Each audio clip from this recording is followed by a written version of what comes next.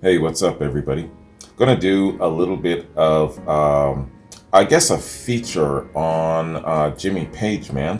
This reaction is called the Guitars, Amps, and Effects of Jimmy Page. And what it is I was sent two videos, and I'm gonna basically bunch those two videos into this one reaction, and showcasing the guitars of Jimmy Page and also the amps and the effects and different sounds that he was able to create during his Led Zeppelin years. So that's going to be quite interesting, man.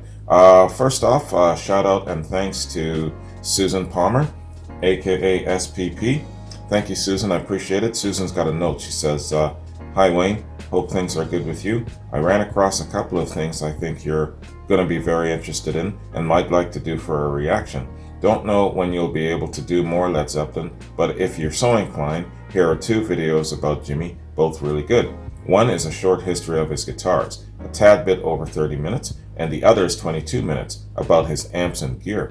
This one gets a little down in the weeds, but only briefly as the video goes on. But I think it shows Page's genius in creating his sound and just how influential he was.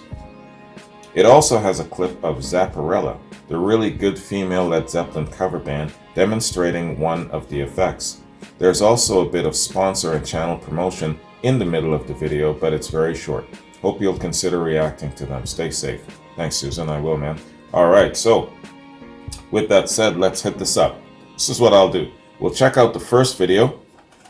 Then I want to actually go into the comment sections and read what people have got to say in the comments, and then we'll do the same thing with the other video. So the first video is the Guitars of Jimmy Page. I want to go into the comments specifically for a big reason.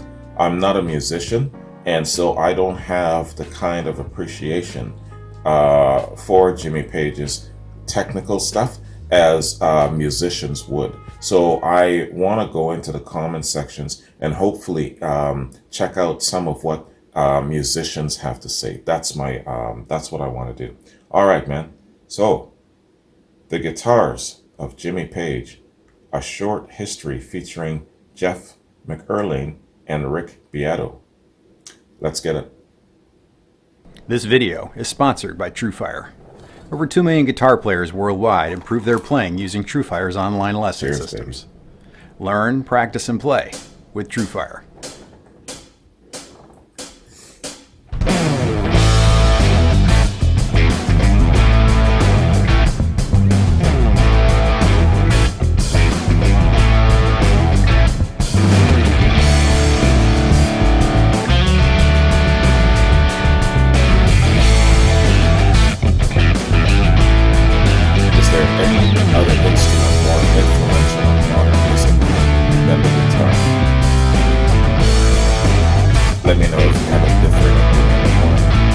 Hi, this is Keith Williams. Welcome to 5-Watt World. We're interested in helping you get the most music from the least gear. I've always said that there are 4 categories of people that buy guitars. Guys that play at home, gigging musicians, record producers, and rock stars. As we go through the history of Jimmy Page's guitars, you're going to see that Page was actually that final multiple choice answer of E, all of the above, and his choices in guitars grew out of each of those roles in his musical life. It's an understatement to say that Jimmy Page is not a model member of 5-Watt World. He still owns nearly every guitar he's ever bought, well, save for the ones that were stolen when he was out on tour, and even those he's managed to replace. Heck, he's even filled in the gaps buying a version of a guitar that he'd borrowed for a recording session, like the Gibson J200 he used on the first Led Zeppelin record. And yes, like the rest of us, early on he had to trade away some guitars to get the next one. But again, over time, he often doubled back and bought one of those too. But far be it from me to imply in any way what is enough for someone else. And I think we'd all agree that Page's search for tone has benefited everyone that came after him. Page kept everything, the guitars, amps, pedals, and even the clothes he wore on tour. And now we're blessed by the fact that he's decided to pull it all together into a book in 2020, Jimmy Page, the Anthology. Here, I only have room to go through the I guitars. gotta read that shit. There are a lot of guitars to cover. So if you want to know the history of the guitars of one of the greatest rock guitarists that's ever lived, stay tuned, because this is the short history of the guitars of Jimmy Page. If you enjoy our videos, take a minute to subscribe and hit the bell icon to be notified when we put out a new video. If you've already subscribed but want to be a bigger part of 5 Watt World, join us on Patreon with the Friends of 5 Watt and get early access to videos and members-only live streams. There's 3 levels to make it easy for you to join. Or hit the store to grab a t-shirt, hoodie, or the Stomp preset pack, or simply throw something in the tip jar if you're overcome with goodwill after watching the video. I got a question for you at the and thanks end in of this. advance. You guys are the 5 Watt World. The reading I just of, make the videos. When he was still a boy, James Patrick Page moved to a new house in Epsom, a little town southwest of London. In a dusty corner, the previous owners had left a guitar. A friend showed him a few chords, and the magic of making music took hold. He next prevailed upon his parents to buy him a 1958 Hofner President model that he'd put a clip-on pickup on to electrify it. He'd end up building himself a rudimentary amplifier to further mimic his heroes. With that guitar, Page started playing in a skiffle band, and he wanted to move to a solid body guitar. Though his parents really didn't understand this need, they helped him buy a 1959 Grazioso Futurama, a solid body that roughly mimics a Strat in that it has 3 pickups, a double cutaway design, and a rudimentary tremolo. He traded his Hofner towards the guitar, and his parents co-signed for him to buy the guitar on an installment plan. The Futurama was a common first solid body guitar for guys to have before they could swing a real Stratocaster. It's actually the same make and model of guitar that George Harrison had on the first round of dates in Liverpool and even over in Hamburg. Page played that guitar in multiple bands in the Epsom area, and it was all of that work that helped him to buy his first Fender Stratocaster. He'd bought his first Hofner and the Futurama at Bell Accordion, and this is where he was able to buy the Strat in 1960, a Sunburst with the then standard rosewood fingerboard. Swept away by the playing of Chet Atkins, he next traded for a Gretsch 6120. Page wanted to learn to play Chet's fingerstyle, and Duane Eddy was influencing all the players as well around that time. According to Page, all the bands covered at least one of Eddy's instrumentals in their set. To get the Gretsch, he had to drive up to London, and he traded off the Strat to make the deal. During this time, he was playing with Neil Christian and the Crusaders. He also owned a Harmony Stratotone solid body that he had set up for playing slide for when they played the Elmore James hit, Dust My Broom. After high school, Page enrolled at art school, but kept playing. It was while playing a regular gig on Thursday nights at the Marquee Club on Oxford Street that he was approached about doing some session work, and this allowed him to come up with the money to buy the Black Beauty. By 1962, Page was playing his famous 1960 Les Paul Custom. He'd seen it hanging in the window at Lou Davis, which was an annex of Selmer's Music Store in London's Charing Cross Road. All black and gold, 3 PAF pickups, and a factory Bigsby. The guitar was expensive, and Page juggled all sorts of pay-on-time and trade-ins to pull it off. He said when he played it unplugged in the store that it felt like it was coming home. For the session work, he also had an old Harmony acoustic. It was a Harmony Sovereign model that he'd bought new around that time. This guitar would carry him all the way into the Led Zeppelin years.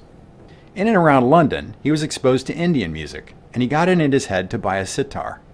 His father worked out near the airport and knew a number of people that worked out there from India, and found someone that would arrange to have one shipped from there. Also around this time, he had a chance to see Ravi Shankar in concert, and he said that it helped him to get a much better sense of the tuning and technique that should be used on the sitar. He said that working on the instrument, though he really couldn't play it, opened up the way he approached listening to music. I don't have memory of He would Page transfer playing these sitar. ideas to bending on the electric. Much later, during an exhibition at the Metropolitan Museum of Art in New York, Page had a chance to see a sitar that had belonged to Ravi Shankar, and was surprised to see it had been made by the same builder in India that had built his. The success of Can the you guys Beatles give was me an helping record example labels of, see that the bands that wrote and performed Page their own playing music sitar? was an up-and-coming thing. But the label often still wanted studio players to record the song, and Page played on those. He loved writing guitar parts, and he was very successful. So much so that he would work with the Rolling Stones, the Kinks, the Who, Joe Cocker, Petula Clark, Van Morrison, Cliff Richard, and David Bowie, along with many others. The Custom was his main guitar during that busy time of session work from 63 to 65. Page said that you can hear the Custom in all its glory on a cover of the Little Willie John tune, Leave My Kitten Alone, by the band First Gear. The session was engineered by Glyn Johns, who Page had known since they were both children back in Epsom. Johns would of course go on to work directly with the Beatles and later famously with Led Zeppelin and so many others. It was also during these years of studio work that Page bought the Dan Electro from Selmer. It was a Model 3021 that was built between 58 and 65. The low price of just 35 or 40 pounds allowed Page to have a very different sounding alternative to a Les Paul in the studio for not much money at all. Page said he bought his really early in the time window that they were available. He'd go on to play that guitar at the Royal Albert Hall in 1970 on White Summer, Black Mountain Side. He says it was a very important guitar in his history, and it inspired him to write both Kashmir and In My Time of Dying. 3, 4.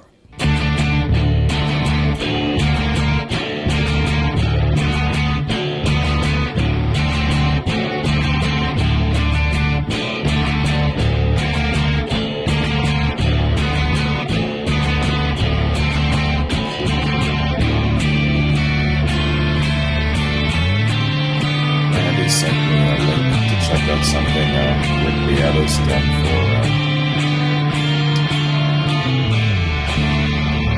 In the early days of Led Zeppelin, if he broke a string on his Telecaster, the Dano was his backup guitar. I mentioned the tailpiece being changed later on, really in the mid-70s, so if you're chasing the sounds of Page playing the Dano from the albums, I'd tell you to get the reissue with the Rosewood Bridge, as that's what's on the guitar for most of this time in Zeppelin. The low-output lipstick tube pickups have a unique character that really helps them cut through. If you want to learn more about Page's Dano, then I have room for here. Check out my video about the history of Dan Electro after watching this one. On a trip to the US in 1964, Page had a chance to see Roger McGuinn, and the sound of his Electric 12 haunted Page enough for him to buy a Vox Phantom 12-string electric upon arriving back in England. He used it in the studio on the version of The Bells of Rimney by the band Fifth Avenue that was released in August of '65. By '65, Page was not just playing on sessions, but was also producing, and is listed as the producer on that tune. He'd also used the Vox Phantom 12 when he was with the Yardbirds, and the Vox 12 was part of the bed of 12 strings he would end up using for Stairway to Heaven. Also in the studio years, Page bought a mid-30s Cromwell hollow body guitar. It had a very early Charlie Christian style bar magnet pickup. Cromwell was a brand built by Gibson during the Depression to make ends meet. Similar to the lower-end Gibson archtops of the 30s, like the L30 and the L50, they had a spruce top, a mahogany body, and a mahogany neck. He bought the guitar from another session guitarist named Judd Proctor. Knowing that Proctor had mostly been a jazz guy, he was interested in the hollow body sound and bought it. With the studio work, and after a second trip to Los Angeles, Page was doing well enough as a producer session guitarist that he started collecting guitars to have different colors available for projects. Page extended his love of 12 strings by buying in '65 another Harmony acoustic, this time a used 12-string H1270 model. But it was the next electric 12 string that he would buy that year that would eventually be burned into the rock and roll group consciousness of multiple generations, the 1966 Fender Electric 12 that he would play on Stairway to Heaven. 1, 2, 3.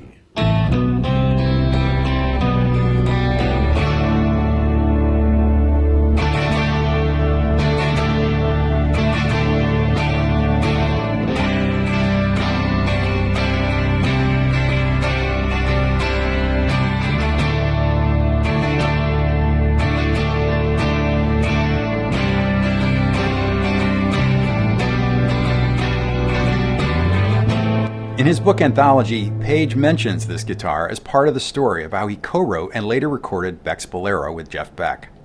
The Yardbirds' manager was keen to have each member of the band cut a solo single, and Page suggested to Beck that he do a bolero. Page would play on the session, and he used the Fender 12-string. As it happens, the tune wouldn't end up being released until many years later. As a great bookend to end the story, you can see Page playing the 12 at the Rock and Roll Hall of Fame induction ceremony for Beck, here. Enmeshed in the London music scene, Page was starting to see lots of young Brits trying to emulate their blues heroes, and in particular, the slide playing of Elmore James. But on a session for a movie soundtrack, Brian Jones, one of the co-founders of the Rolling Stones, was using a mellow bar guitar to make special effects like ricochets and gunshots. The guitar looked like the love child of a lap steel and a Mosrite and was designed to be played standing. Page bought his new mellow bar around 1968. Page would be asked to join the Yardbirds to replace bassist Paul Samwell Smith. This explains why he's playing bass at the first gig with the band at the Marquee Club in London. Soon afterward, Page would join Beck on guitars until Jeff Beck too left the band, leaving Page as the lead guitar voice. It was in that configuration that the band released their final album, 1967's Little Games. In the Yardbirds, Page's main guitar would be Beck's original 59 Telecaster. The band's manager had been able to get them a big advance from EMI, and ever the motorhead, Beck used the money to buy a Corvette, and he gave the 1959 Telecaster to Page. Page began using it in the Yardbirds in the summer of '66. Page was fascinated by fashion, and even in these early years was very keen on his image in the band. To this end, he famously added mirrors to the top. Mirrors were a big thing in fashion in the '60s.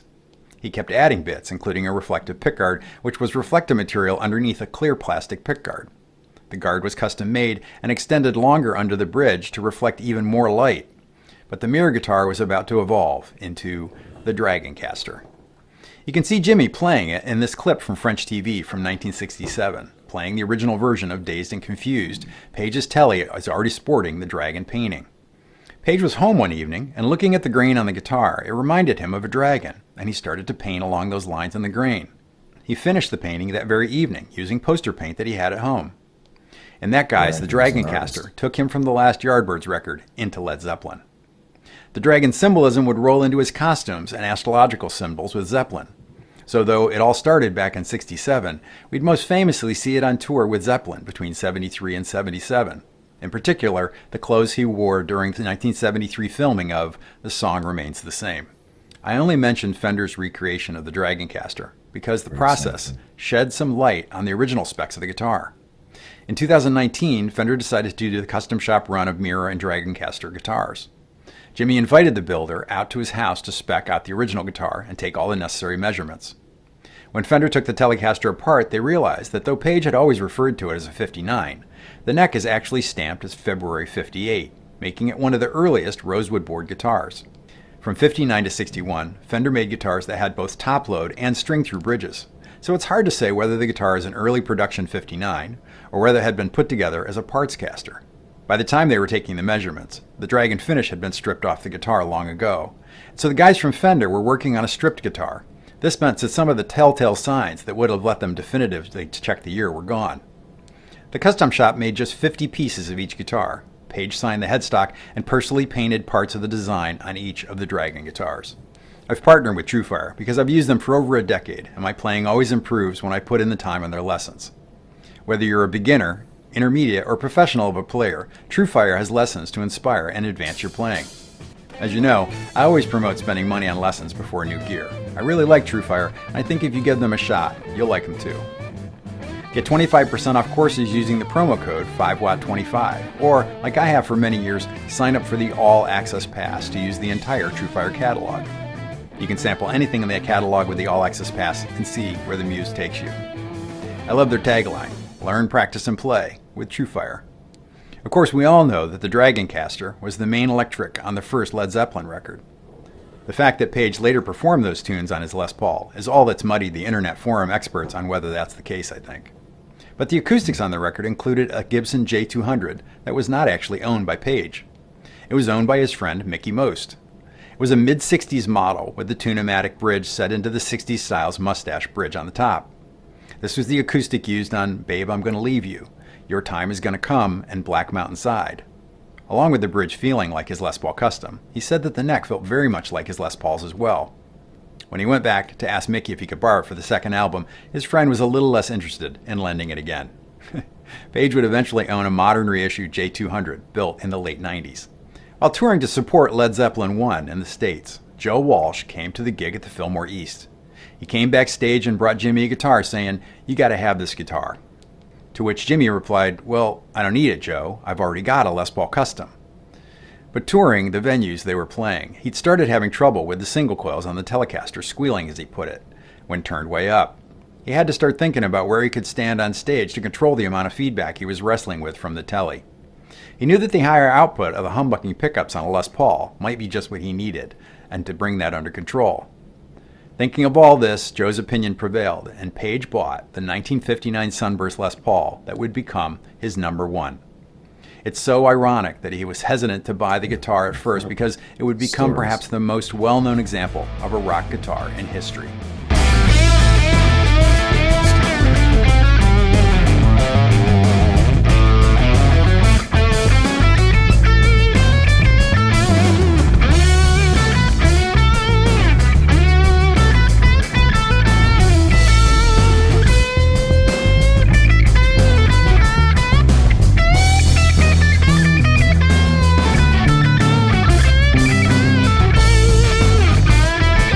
When they started rehearsals for the second record, he played the 59 on Whole Lotta Love, and that cemented it for him.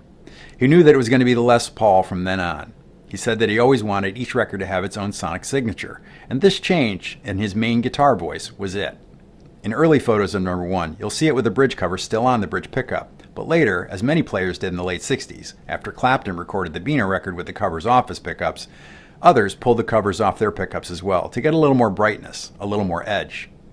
To learn all about the magic of the late 50s Sunburst Les Pauls, see my video, The 58 to 60s Les Pauls. Page would play their most important gig of their early career at the Royal Albert Hall in London on his birthday, the 9th of January 1970. He was just 26 years old. The show was filmed and the band's family was there. He was playing number one, having settled into using the guitar on the recent tour of the United States. Yeah, his mom Page is famous for putting the selector in the middle position and blending the volume of both pickups to get all the sounds he'd used on the records. Always a producer, he would teach the world all the sounds that you can get out of a Les Paul style guitar. Later, when touring for Zeppelin IV in Australia, the bridge pickup on number one started to fail. Page didn't have his Telecaster along as a backup and had to muddle on with the pickup fading away. After the tour, he sent the pickup to Dan Armstrong in New York, who was then the top pickup expert in the world. When the pickup came back and was placed in the guitar again, Page said, quote, "It was like the guitar had had a facelift. It wasn't quite the same, but it was close," end quote. He was still using the Les Paul Custom on some tunes on the tours. Playing a gig in Minneapolis, they were headed to Montreal after, and when they landed, the guitar was not with the gear. You couldn't track luggage back then, no computer systems, etc., so Page could only take out an ad in Rolling Stone magazine using a picture of Robert Plant playing the guitar in the dressing room. It's the only photo they had of the guitar. Years and years later, a good friend of Jimmy's, Perry Margolef, made it a mission to find the Custom, and Perry did come up with the guitar in the end. It had been stolen at the Minneapolis airport, and the thief had put it under his bed, where it had stayed until he died, after which it had been played in a punk band for 20 years. The guitar had been restored to its original form, individual switches for the pickups removed and pickup covers replaced. 45 years after it was stolen, they were only able to identify the guitar by the unusual pattern of the perloid inlay at the 12th fret. They used images of the Black Beauty from the Royal Albert Hall footage to use as a match. As every pattern of perloid is unique, this is often the way to identify a lost guitar. He had the guitar back in time for the Play It Loud exhibition at the Metropolitan Museum in 2019. Wow, what a story. Stable Guitars was consistent through Led Zeppelin III, but once they'd worked out the arrangement for Stairway to Heaven on Led Zeppelin IV and the studio recording, they were faced with the challenges of recreating that live. The song had been composed on his Harmony Sovereign acoustic. As the song builds, the Vox Phantom 12 and the Fender 12 come to the forefront. As you move to the section of the tune preceding the solo, what Page refers to as the fanfare, he saw that as a big 12-string statement.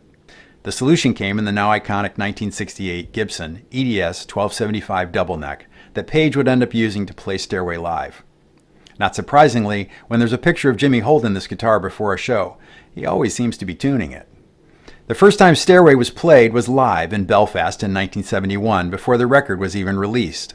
The pickup covers were removed on the 6-string neck, where Page would of course play the solo to Stairway, one of the most iconic solos of all time. Page would also use the double neck on The Song Remains the Same, and also he could have it set up with a special tuning for The Rain Song. While working on Houses of the Holy, Page would have his first chance to use a Martin D28 that he'd acquired after recording Stairway to Heaven. Excited to use it, he was messing about with the tuning to an altered drop D, that is from low to high, D, G, C, G, C, D. He said that after he found that tuning, the whole structure of Rain Song came together really quickly. Page bought the Martin D28 shortly before he acquired the double neck. His 1969 D28 was one of the last guitars built with Brazilian rosewood back and sides. He'd use it on the 4th record, on Bron Your R and Over the Hills and Far Away. And by the way, I checked this pronunciation with Welsh guitarist Chris Buck, who then checked it with friends who'd grown up speaking Welsh. So thanks for the help, Chris. Page wouldn't take either of his high-end acoustics on the road, the Harmony Sovereign, nor his Martin, and at this point he used a 1965 Yamaha FG 180. Sadly, the actual Yamaha that Page used on those tours was stolen in an airport while touring. While with Led Zeppelin, Page would buy a Les Paul from Mike Ladd in Memphis. Ladd had a background in cars as well as guitars and had oversprayed the gold top with red, yielding the classic Candy Apple Hot Rod Red of the guitar, on a natural back and sides. Overspring, gold, or silver is actually how Fender created the Candy Apple Red as well. The story goes that Ladd's uncle had worked at Gibson, and the guitar had been put together from both old and new parts. Page particularly liked the neck and said that it may have been pulled together from spare parts, but it was a really good guitar. He used the red guitar as a backup to number 1, and you can see him playing it in the film The Song Remains the Same in 1973. The guitar later had a B-bender added, but you see it in the film in its original form. The red guitar is considered either a 69 or a 70 deluxe model, but with full-size humbucking pickups installed. By 73, Zeppelin had become a stadium band, selling out crowds of 50,000 or more wherever they went. While in New York for the Madison Square Garden show, Page was approached by someone looking to sell another 59 Les Paul. Page really liked the guitar and decided to buy it, what would become his number 2. They were staying at the Drake Hotel, and when they went downstairs to get the cash to buy the guitar, they found that the cash they'd put in the safe had been stolen. Though the burst tops of the two guitars are similar in color, number 2's bridge pickup has a double white bobbins on the uncovered pickup, whereas number 1 has double black bobbins. So you can tell the two guitars apart at a glance. I turned to my friend Dave Honorato for some inside scoop on Page's gear. Dave was friends with Greg Curbo, who was Page's guitar tech from the mid-70s on. Curbo is the guy that put the badass wrap tailpiece on the Danelectro in the mid-70s. And at Page's request, Curbo had installed mini switches under the pickguard of number 2, and had push-pull pots that would put the guitars out of phase in the guitar as well. Dave also reminded me that Page played an acoustic guitar, a 68 Vox Echo Italian-built acoustic 6-string on Ramble On in the studio that isn't mentioned in the anthology book at all. Dave and Rick Beato went on a search for one to recreate the unique tone for Rick's video. The guitar has a bolt-on neck, giving it a very unique sound. It has an adjustable bridge, a feature that was common in the mid-60s. It was the same kind of bridge as on the 60s Gibson J200 that Page had borrowed. Rick said that it gives the guitar a tone that's somewhere between an acoustic and electric.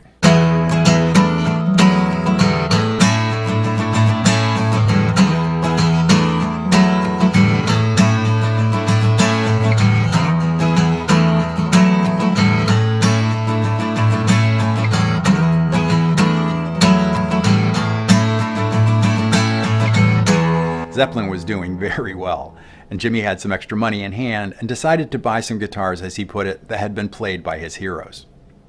He bought a 1956 Stratocaster because of his love of Buddy Holly's music. Later on, he'd buy himself a 1956 Gibson ES5 Switchmaster like the one that Carl Perkins had used on the Sun Sessions, with 3 P90 pickups, volume and tone for each pickup, and a selector switch on the cutaway.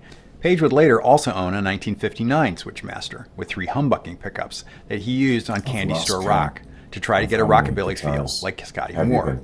On the big tours at some dates, they would set up a room with guitars for the band members to check out. On one of these occasions, there was a 1952 Fender Precision bass, and when John Paul Jones passed on it, Page snapped it up. He'd used the P-bass on all his demos recorded at his home from that point forward, and it appears on 10 Years Gone. Along with the 56 Strat, the two Fenders would often appear on these home recordings. In addition to the 56 Burst Strat, Jimmy had a 60 or 61 Olympic White Stratocaster as well that he later used to do the final recording parts on 10 Years Gone in the studio. In addition, by the mid-70s, Page had an early 1960 Lake Placid Blue Stratocaster that he'd play on the Earl's Court Arena show in 1975. In the mid-70s, Gibson sent Page a Les Paul recording guitar. With the many switching combinations and the low impedance pickups, Page thought it was a very interesting guitar, but commented that the guitar they'd sent over was very heavy, and wasn't the sort of thing that you would want to wear around your neck. Sort of confirming the weight of the 1970s Les Pauls being the heaviest they'd ever been, including the ones that the guys at Norlin sent on to Jimmy Page. While on tour in New York, Page was in Manny's guitar shop, and one of the salesmen impressed on him that they had a guitar he absolutely had to see, a 12-string Guild. Page protested that he already had a 12-string Harmony, but once he looked at the guitar, he agreed that he should have it. It was a 71 Guild F612. The guitar is used on Over the Hills and Far Away. In a story we're becoming familiar with, the guitar was stolen, but Page was able to replace it later on. Fascinated by the sounds that Clarence White was getting with the Byrds, he went looking for a Telecaster with a Parsons B-bender on it. He found an early 50s guitar that had been refinished in a nondescript brown. He'd later changed the neck to one with a rosewood board. Early in '77, Page made a special trip down to LA to get one of the first rolling guitar synthesizers, the GR500. Page loved synthesizers and keyboards, owning an early Mellotron, for example. So it's no surprise that he'd enjoy the guitar synths coming out in the late 70s. In the late 70s, Gibson sent Page an RD Artist model in natural maple that he'd use on Misty Mountain Hop live at Nebworth. With the hot pickups it had, according to Page, it had a big, fat sound. The unexpected death of drummer John Bonham in 1980 would be the end of Led Zeppelin. They officially announced the end of the band in a press release on December 4th, 1980, shortly after Bonham's passing. Page would go on to own other beautiful guitars throughout his life, but likely, like me, you're most interested in the guitars that he had used during the years making history in his session work, the Yardbirds, and with Led Zeppelin. I think it's wonderful that in his mid-70s he's still as excited about music as ever. He took the time to pull all of this together in his book. It's an amazing read and a guide for what it takes, at least in gear, to become a part of rock history. If I missed your favorite part of the story of Jimmy Page's guitars, please put it in the comments for everyone to enjoy. I know from experience that I can count on you. First, I need to thank my good friend Jeff McElwain for his Page-esque playing examples with a Telecaster and a Les Paul.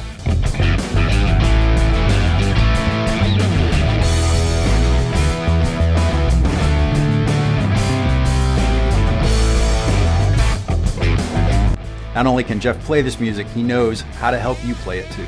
Jeff is one of the top guitar instructors in the world. See his courses via his website. I need to thank my good friend Rick Beato for working with me on this video, in particular for sharing his video clips and playing some classic riffs on his Fender 12, Dan Electro Modified 59, and the Vox Echo Acoustic. Rick was listening to Zeppelin in the 70s when I was off listening to Genesis, and I'm glad he was. I used a number of articles and books for this one, but the overarching majority of the information, including the many quotes from Jimmy Page himself, came from his book, Jimmy Page, The Anthology. In addition, the Gibson Les Paul by Dave Hunter and the Les Paul Guitar Book by Tony Bacon were great references. I want to thank Dave Honorato from Dojo Guitar Repair in Atlanta. I've stopped being surprised at all the people Dave's known over the years, and the fact that he knew Page's guitar tech was icing on the cake. Check out Dave's Instagram feed for more great guitar stories. I need to thank all of you that have purchased merch in the store, whether it's a Stomp preset pack or a warm hoodie. In particular, I need to thank the Friends of 5 Watt on Patreon. It's a guitar community that I've always dreamed of having, and it's been really great over the past couple of years being locked away at home. If you enjoyed this short history of the guitars of Jimmy Page, hit the like button, and if you haven't subscribed yet, go ahead and hit that too. Thanks for watching. Until next time, I'm Keith Williams. Thanks for being a part of the 5 Watt world. Well, you definitely get a like, maybe even a subscription. All right.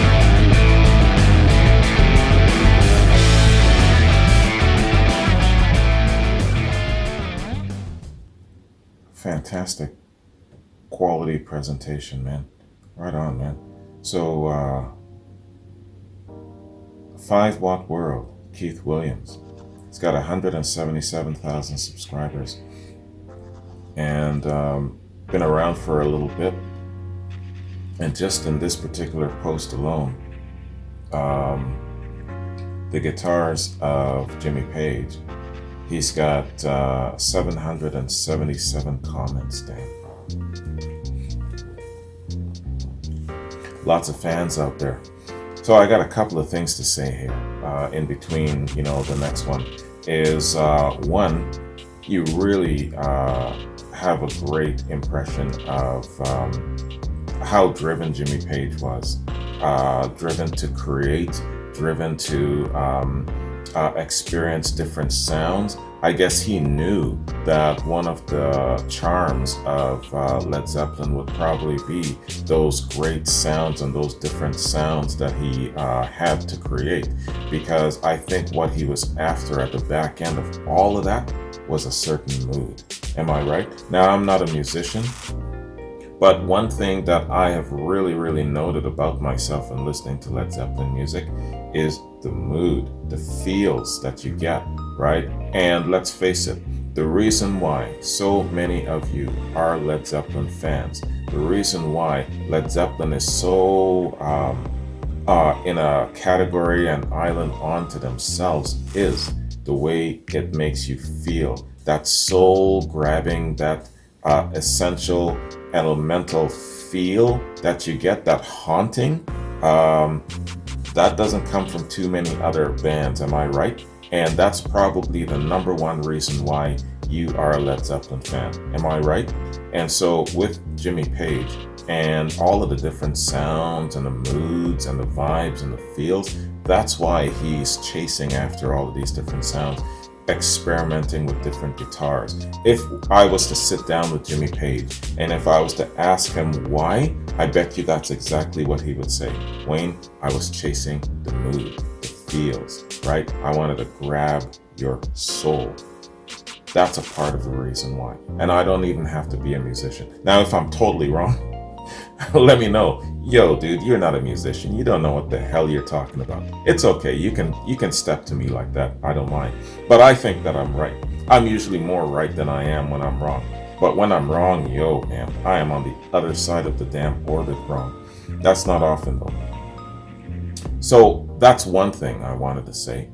The next thing I wanted to say is this guy, Keith Williams, 5 Watt World. How great is it that we can go to our favorite YouTube channels, whether it being this guy, Jeff McCurlin, Rick Beato, and get educated, really get a good feel and appreciation for what these guys brought to us, what they had to sacrifice. The guy was traveling from all over the place chasing after guitars. Can you believe that shit? Losing some along the way and doing all of these things. Just that alone over a period of however long between from the time he started, the Yardbirds, Led Zeppelin, that period of time, just doing all of this to give us this music. I appreciate that about artists. And I often say in my reactions, we can't take for granted what these guys have done to get the music to us. It's very, very important. I appreciate that so much. And a lot of them literally gave the sweat off of their backs and in some cases put themselves in harm's way just to get the music to us. We can't ever forget that shit. That is why I really demand that anybody who comes onto my platform, you don't trash any artist, right? Even if you can't relate to an artist, if you're not into their music or whatever the case is, don't say anything at all. Just let it go and go on to an artist that you do like, because you can't ever be inconsiderate to what that artist has done to get that music to us and the dues that they paid to become notable. You know what I'm saying? All right, sermon over. The other thing I want to ask you guys, that's a question I said that I wanted to ask you. A number of people have noted that I've got a new channel, RCU, Relax, Chill, and Unwind, where I do inspirational readings in the form of maybe an inspirational poem, a prayer, psychology, inspirational short stories, something like that. And some people really like my voice. So I said, okay, yeah, it's just for the sake of whatever. And, it's not with the intention of growing a big subscription base or anything like that. It's just, just vibes, right? So a couple of people have had the idea of, hey, with your ability to read and, doing the editing and, making your voice sound really good in kind of like a story environment, why don't you do something like that for, some of your favorite rock artists, namely, the history of rock and roll, the history of, do like a bio read in that kind of frame that you do it with the music and the background, maybe some pictures or whatever the case is, and focus more towards that and add that to your classic rock channel. And I thought, interesting. Now, I didn't dismiss it right away. I said, I'll sit and I'll vibe on it for a little while, because it's always, for me, it's always about time, right? Yes, I can have all of these great inspirations, but it's always a matter of time. Damn, I wish I had 72 hours in one day. Then I would have enough time to get everything done. But with Jimmy Page's anthology, for example, and a number of people have mentioned that as key. Hey, man, I would really love to hear your voice to this, because I don't have enough tenacity and patience to read this shit myself, but I would actually sit and listen to an audiobook format. to answer your question is we would need to have permission from the publisher, the rights holder, whoever that case may be. And if you are someone, and if Jimmy Page is indeed, let's say, the rights holder to that particular book, you would have to get permission from him. Now, I don't have a way of contacting Jimmy Page, but some of you do, right? So just say, hey, Jimmy, there's this guy on YouTube who would actually like to read your book. He needs permission to do so. Pass it along. You know what I'm saying? That's all that I can do where it comes to reading things. And if you actually want to hear me voice it, I can do that, but I need permission. So you got to help me out with that. That's I'm going to leave it out there, put it out there and just leave it alone. So that would be probably my only hang up. And then I would find the time to do it. If it's that important to you, I would find the time to get it done. So that's what I'm going to say to that. All right. Before we jump on to the next video, this is going to be a very long reaction, by the way. Sorry, I forgot to tell you this. And dry for some of you, but you know, for others, it's going to be really cool. So let me read 5 comments from this link, and I won't go into it for too long. Keith, it's one thing to enjoy your video, which I did and always do, but this video literally fills me with enthusiasm, and great playing by Jeff and Rick. Right on. And there's a couple of comments down there, and this is from Tim Pierce Guitar. So we got some musicians chiming in. This is some great info. Thanks so much. I'd love to see one of these done on Keith Richards, especially the late 60s into the early 70s when he was jumping between a lot of different guitars. Interesting. Very nice job, Keith. It's worth sharing that until June of '59, there was a trade embargo between the US and UK concerning certain goods. As a result of this, American guitars were not available in England unless brought over discreetly. This is why we see Page, Harrison, Lennon, Jerry Marsden, etc. with Hofners, Futuramers, and other European instruments instead of Strats, Gibsons, or Gretsches in these early years. By late '59, American instruments were starting to trickle in. Were starting to trickle into British stores, although they were prohibitively expensive for most. Okay, and there's comments down. That's very interesting stuff. Incredibly well done hypes, really great. And last one. Thanks for having me along as always, my friend, especially for a Jimmy Page 5-watt world. Love this one and all of them actually. Cool. And I won't read on. What I was really hoping for. Oh, I gotta read this one. This is John Sample. John is one of my first subscribers and he's a patron. I gotta read this one. John says, his Dragon Telly was painted over by a friend as a surprise while Page was on tour. Page was livid because the new paint job, in his words, ruined the guitar. He took off the neck and destroyed the body. Years later, he bolted in the old neck onto a different brown body Telecaster and then added a B string bender.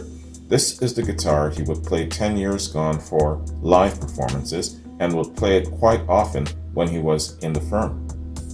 Wow, man, it's amazing, you know, the stories just behind these, each guitar has a story. And I often say that each particular song has a story. Well, each instrument has a damn story attached to it.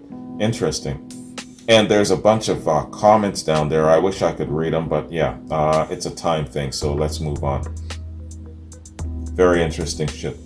I'm telling you, y'all, the study of classic rock, the study of Led Zeppelin is an intricate science. Now, I know that a lot of you don't have the patience for it, and it might be dry to some of you, but to others, this is really cool shit. To me, this is cool shit. All right. The Amps and Effects of Jimmy Page, featuring Jeff McCurlin, Gretchen Menn, and J.B. Eckley? Or is it Eccles? It's cut off the last couple of digits. Or the last couple of... okay, it's Eccles. All right, man. The amps and effects of Jimmy Page. Let's get it. This video is sponsored by TrueFire. Over 2 million guitar players worldwide improve their playing using TrueFire's online lesson systems. Learn, practice, and play with TrueFire.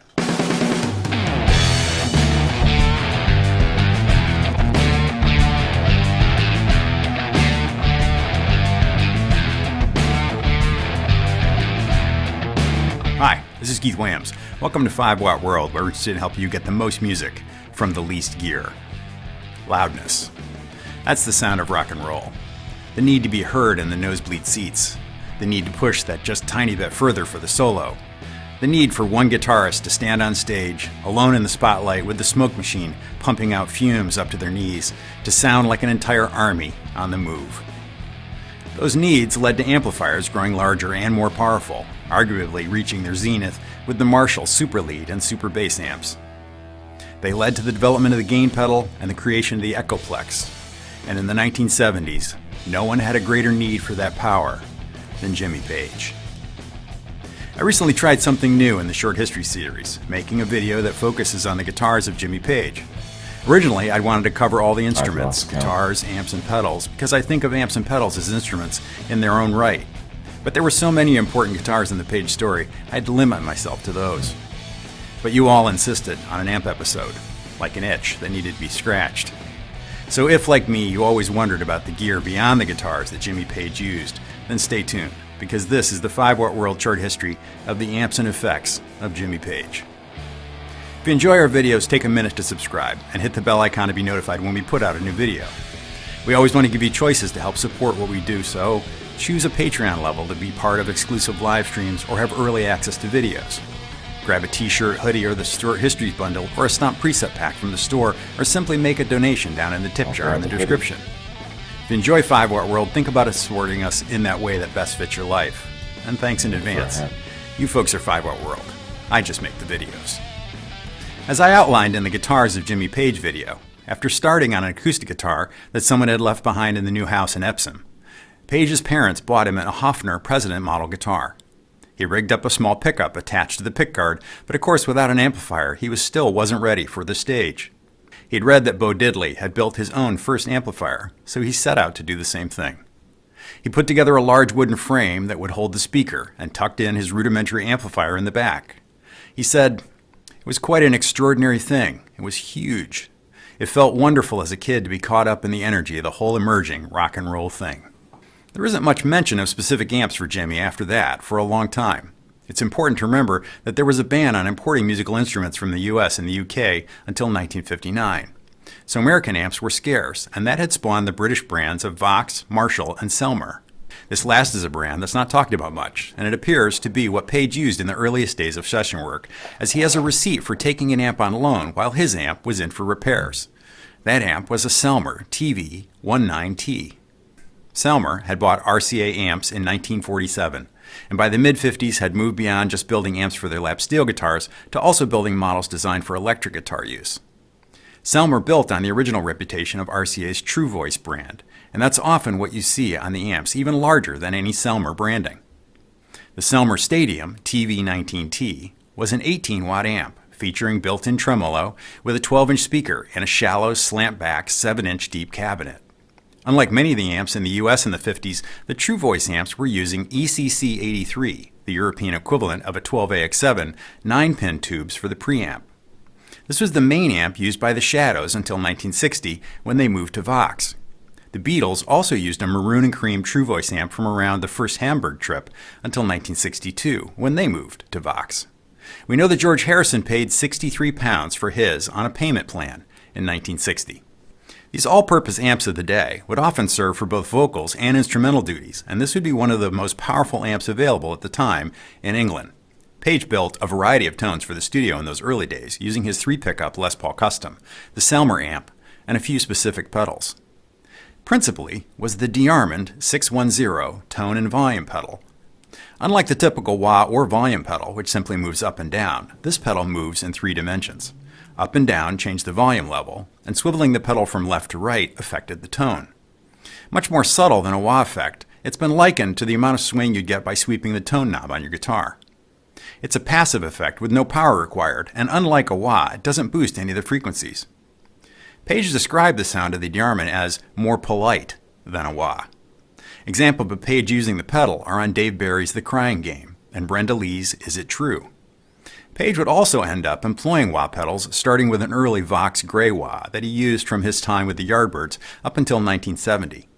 From 70 to 71, he used a Vox King wah, though he pulled it out again for the 72 tour of Australia. Then a Vox Thomas Organ Crybaby wah from 71 on. By 66, Page also had a Vox Tonebender Mark II. The history of the Tonebender fuzz pedal begins when electronic engineer Gary Stewart Hurst created what is now referred to as a Mark I in 1965. The circuit is based on a Gibson Maestro fuzz tone, then Hurst then modified.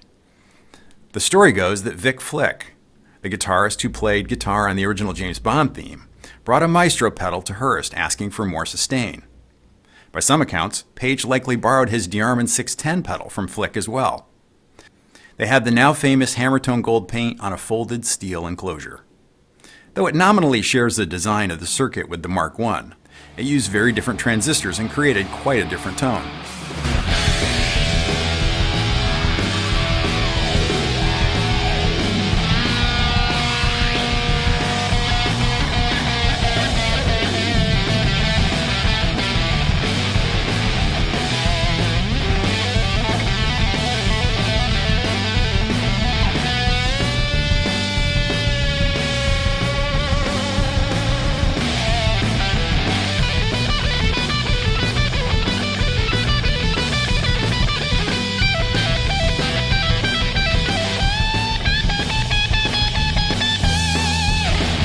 Confusingly, Solasound would eventually produce tone benders for various companies including Marshall's Supafuzz, Rotosound Fuzz, and even Vox, predating the Italian-built Vox tone benders.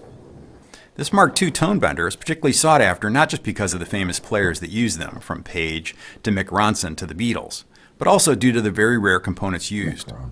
Remember that each of these hand-built pedals might have slightly different components depending on when the batch was built and would hence sound a little bit different. Not really that different from a production batch of hand-built overdrives today.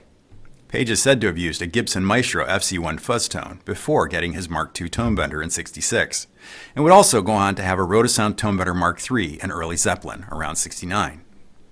In the Yardbirds, the band's management owned much of the gear used, and with the revolving door of guitar players, this was probably for the best. Here, Page used a Vox AC30, which he would also use in the studio for the rest of his life. He said the AC30 he used had a factory modification that included a treble booster built into the back of the amp, and that's how he used it. In '59, the prohibition against importing American instruments ended, and by the late '60s, Page was seen using both a '60s dual Showman with two 15-inch cabs and a Fender Super Reverb, seen on stage around 1969. Like many of his contemporaries in Britain, David Gilmour of Pink Floyd first among them, Page used a Binson Echo Rec, drum echo or delay unit, and it can be seen on stage with him in the early '70s. It was also reportedly used on the drums on When the Levee Breaks. Unlike a tape echo unit such as the Echoplex, the Binson had a magnetic drum and had 4 playback heads that can be turned on and off to create a wide variety of rhythmic echoes. Its use on early recordings along with the multi-head configurations makes them one of the most copied early delay units by digital modelers, with the Strymon Volante, Donner Prince Boonar, and Guru's EchoSex 3 all enjoying immense success. I've partnered with TrueFire as a sponsor because I believe in what they do, using world-class teachers to create online lessons. I've used them for years and my playing always improves when I start a new course. Working on these Page videos, I've gone back to Jeff McErlane's Focus on British Blues. Jeff is one of the top guitar teachers in the world with dozens of TrueFire courses, but I think he does the British blues thing better than anyone.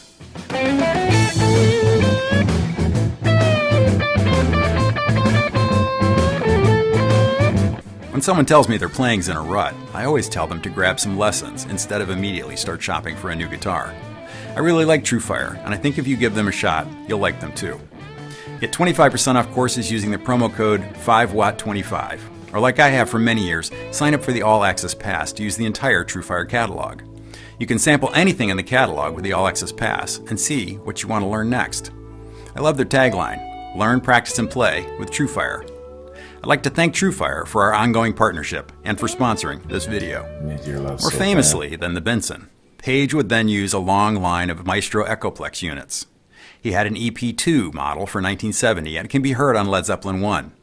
It would eventually move to the EP3 and stayed with that model from that point onward. A tape loop-based echo unit, due to a reliance on 70s mechanical drive and the use of a tape, provides a wonderfully imprecise tone and therefore pitch to the echoes. Exactly how much depends heavily on the age and wear on the tape in the machine, as well as the health of the drive itself.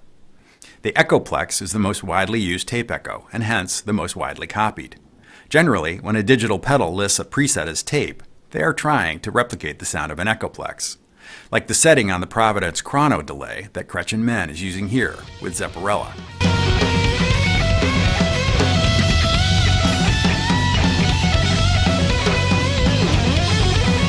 I haven't done a Zepparella reaction.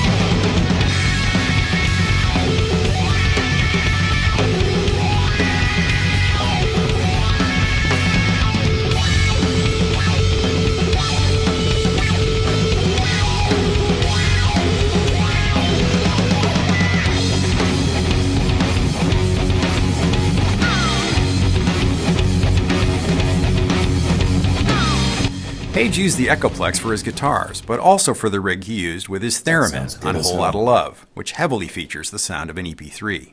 The unit also got a fair amount of live usage, almost always plugged into the chain as a slapback or longer echo depending on the song or the night. Of course, he'd go on to use other pedals for color here and there, such as an MXR Phase 90 on Achilles' Last Stand and Wanton Song.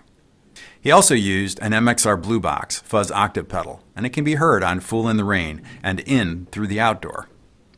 For years, it was rumored that Page had used small amps in the studio, and many speculated on the tones there, whether they were Fender Champs, small Selmer, or Vox amps. This is particularly true of the tones on Led Zeppelin 1, and is probably spurred on by Page's own willingness to let people speculate about his mystery-shrouded history. But a few years ago, Page came out saying that the tones on the first Zeppelin record had mainly come from his modified 58 Supro Coronado. I love a good story, and my favorite part of the mythology around this amp is that Page had the amp heavily modified, chasing the tones he wanted. In fact, the amp had been put back together as best they could after it had fallen out of a van while Page was out on tour with Neil Christian and the Crusaders early on in his career. Leading up to the 50th anniversary of Led Zeppelin's founding in 2019, Page worked with his friend, producer Perry Margolef, and amp industry guru Mitch Colby to build a replica of that famous Supro Coronado. I had a chance to talk to Colby on FaceTime, and he walked me through some of the specs of this mythically modified amplifier. Many old Supros used unusual power tubes, but Mitch assured me that if you dig up the schematic of a late 50s Coronado, you'll find that it used 6L6s. So the sense that Page used very small amps to get his sound on the first Zeppelin record is a bit of a misnomer, as a pair of 6L6s are going to yield at least a 30-watt amp, and with more voltage closer to 40 watts. Mitch and Perry first built a prototype from photos that Margolef had taken of the original amp, but when Page played it, he said it was good, but it was not the same. And so Page eventually shipped the original, one-of-a-kind amp to Colby and Margolef for analysis. Margolef, who has a serious collection of vintage guitars and amps in his studio, also has a very clean original Coronado that they could use for comparison as well. They had the original amp to work from and compare for a few months. The modifications to the old Supro seem to have actually been minimal. The original pair of 10-inch speakers were replaced with a single 12-inch, and the rectifier tube had been changed to a GZ34 to give it a little more voltage. They looked, and in the end, found that a small part that shouldn't have made such a big difference had been changed, and that was what made the difference after all. He shipped the original amp and the prototype back to Page, and he gave it his blessing. They built a limited run of 50 amps that Page signed and that were loaded with new old stock Mullard tubes. After these immediately sold out, they began building the standard version, which is the same hand-built amp but with modern tubes. Each amp is still built by hand to order. Here's J.B. Eccles demoing a limited Sundragon amp with an equally limited edition Dragon Telecaster from the Fender Custom Shop back at the time of their release in 2019.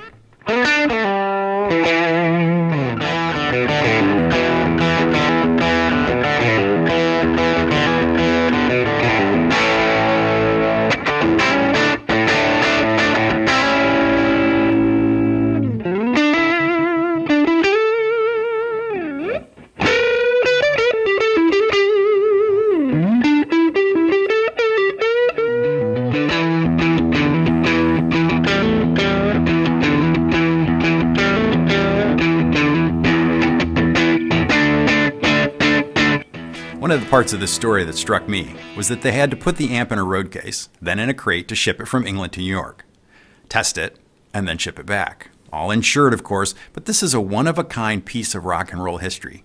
And after all that was said and done, and the amp was safely back in the UK, it needed to be shipped back to the US again to be part of the Might Get Loud show at the Metropolitan Museum of Art in 2019. When touring to support the first Led Zeppelin record, Page would use Vox UL7120 and Rickenbacker transatlantic amps as speaker cabs on the first tour of the US. The Vox amps were originally released in '66 and answered to the need for more volume for the Beatles shows and were rated at 120 watts, hence the 7120 name. They were used by the Beatles on tour in '66. Page said that he'd inherited the rig from his time in the Yardbirds. When bass player Sam Sidwell Smith had left the band making a space for Page to join, he'd left them behind. They might also have been owned by the band's management outright. I've heard the story both ways. On that first tour of the States, along with the Vox heads, Page would also use a 1965 Vox C02 long tom tape echo unit. When he got back into the UK, Page would begin using high-watt amps from the summer of '69 through December of '71, most famously at the Royal Albert Hall concert in January of 1970. These 100-watt amps were custom-built for Page and really weren't like any stock high-watt models to that date, though they do share some DNA with later models. By most accounts, the amps were very similar in sound to a '69 Marshall SL100W. They were a bit more robust and clear-sounding at volume and less compressed than the Marshall. Page used the amps very clearly on the Royal Albert Hall gig, but he went on to use the amps along with his Marshalls live until into the 1971. Page would also use an early Mad Amp orange amplifier to run his theremin through live. He'd later use orange amps for the Led Zeppelin Celebration Day in 2007. At times, he also used another super lead for the theremin, as he did during the 1973 filming of The Song Remains the Same. He also had a separate echoplex for the theremin, and would manipulate the unit while soloing the theremin.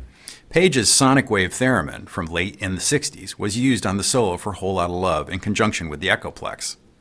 A theremin, named for its creator Leon Theremin, who patented the device in 1928, is an electronic instrument quite unlike most other instruments.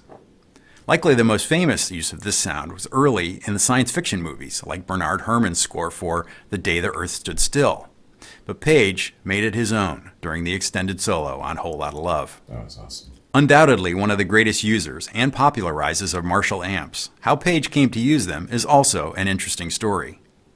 Page's support crew, his tech and amp guys, were very nervous about being able to repair the Vox amps if they failed while out on tour. Page has said this in many places and reiterates the reason he was moved to Marshall 100-watt heads on the road in The Anthology. He would typically use a 1969 JMP Super Bass 100-watter and a 1968 JMP Super Lead 100-watt amp with four 4x12 model 1982 speaker cabinets. Now, before the comments fill up with folks telling me this isn't quite right, I'm quoting text and images here from Jimmy's recent book. So it might not be perfectly accurate, but it is perfectly accurate to Page's memory of it. And remember, like pedals, there were variations from one amp to the next. Some Marshalls just had a bit more of this or that frequency than the next, and hence worked especially well for those players. An amplifier, or even a pedal, is really a voice in its own right. I think it's fascinating that we tend to gravitate to the guitars of our heroes when really we should be looking at their entire rig if we want to emulate those tones. Right. You should probably start with some lessons from a guy like Jeff, but after that, then look at the amps, then the guitars, and lastly, likely any pedals. A common question for famous players when you're starting out is should you spend more of your limited funds on the guitar or on the amp? And universally, they all seem to say, spend the money on the amp. So though this video may get fewer total views in its lifetime than the guitar video, the story of Jimmy Page's guitar tones are really more likely in here than over in the guitar video. There's a good lesson in that for all of us. First, I need to thank Jeff McErlane for dusting off his 71 JMP, plugging in his attenuator, and turning up the volume to record even more Page tones for us here. And he has helped in that effort by a Static Effectors ProBender Mark II fuzz pedal clone. You can find the links for both Jeff and Static Effectors down in the description. I need to thank Gretchen Menn and everyone in Zepparella for their permission to use the clip of the band demoing a Providence chrono delay doing its best impersonation of an Echoplex tape delay. Check out the link in the description for the complete video. That lady's beautiful. I need to thank JB Eccles for his playing on Sundragon Limited amp that was lent to him by Mitch Colby back at the time of its release in 2019. I've been in touch with JB for a couple of years, and we finally found the perfect project to work together on. Check out the links to his band, Dig Infinity, down in the description. You'll be glad you did. I need to thank Mitch Colby for spending so much time with me on the phone, telling me the story of Page's original Supro Coronado and the replicas that they built based on that unique amp. Mitch worked with Korg, Vox, and Marshall for over 30 years, and he generously shared his time and experience. I'm sure we'll be hearing from him again in future videos. I need to thank Perry McManus for helping clean up the script. No one likes a 100-watt amplifier more than Perry, and he has a room full of them to prove his commitment. For him, headroom is something like an obsession. He occasionally descends from his 100-watt world, and we appreciate him hanging out with us here. Like the last video, this story relied heavily on the recently released Jimmy Page, The Anthology. You should be able to find it wherever you like to buy books. And if you haven't watched it yet, head on over and watch the companion video to this one, The Guitars of Jimmy Page. I need to thank my friends at 5Watt on Patreon. I really appreciate you supporting 5Watt World. If you're not a member there yet, consider joining us for multiple updates on what I've got going in 5Watt World and monthly exclusive live streams. I need to thank all of you that stopped by and purchased a Stomp preset pack, a t-shirt, or tossed something in the tip jar.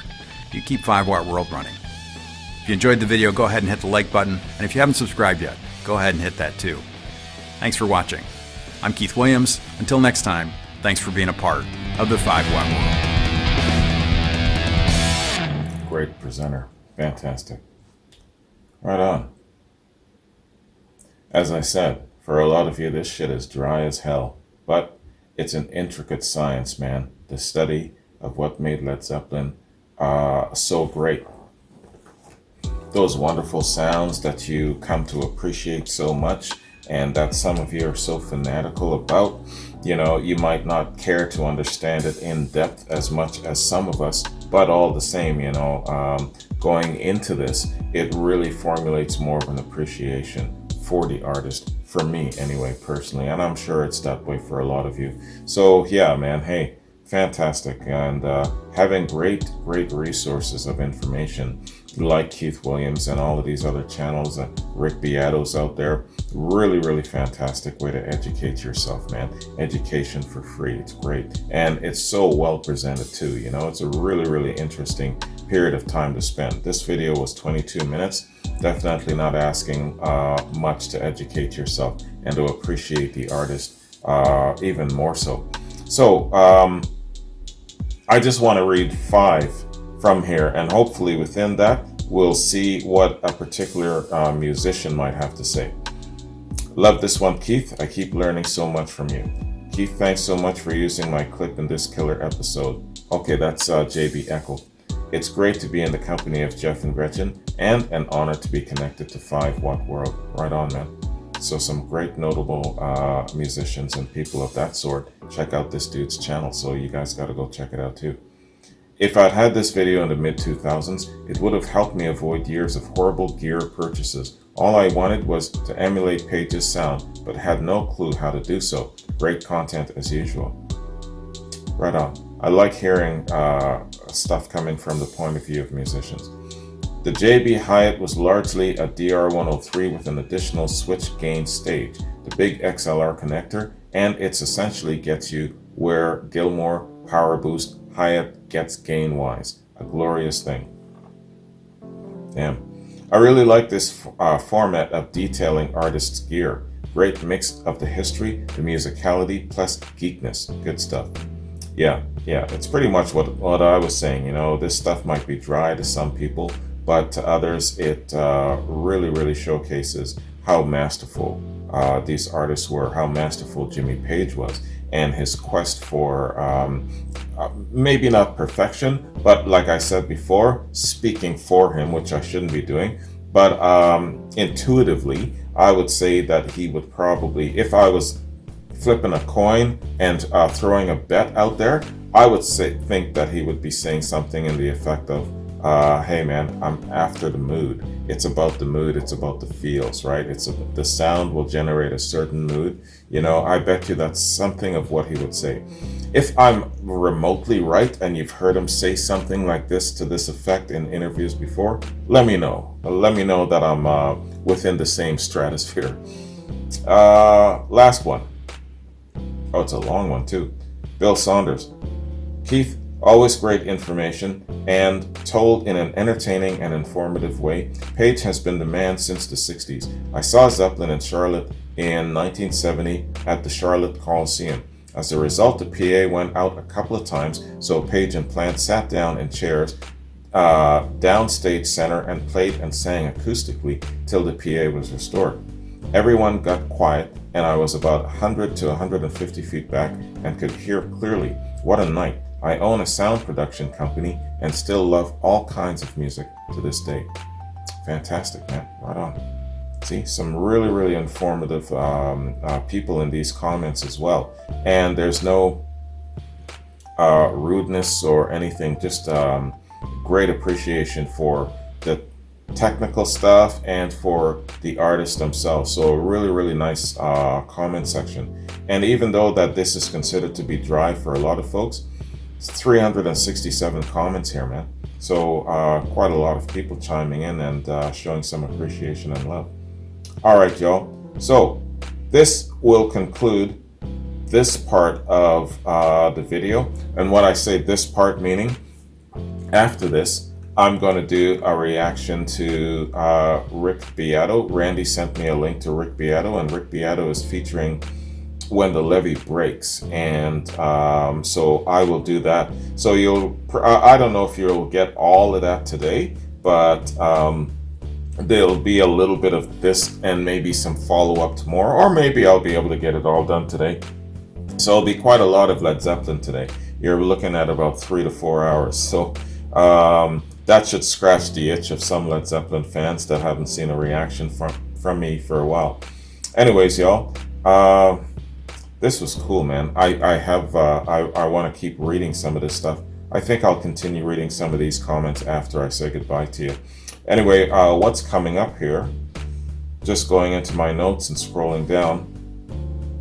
Yeah, Randy, Amy, Michael, Marco, Evelyn sent me some stuff as well, or some Robert Plant stuff. So I'm going to be hitting all of that up in a very, very short period of time. So thanks. Hope you guys enjoyed this. I really enjoyed this. A little dry for some, but an intricate science for others. And I bet you if you're still with me at this point, you know what I'm going to ask you to do. Give me that I am the real shit.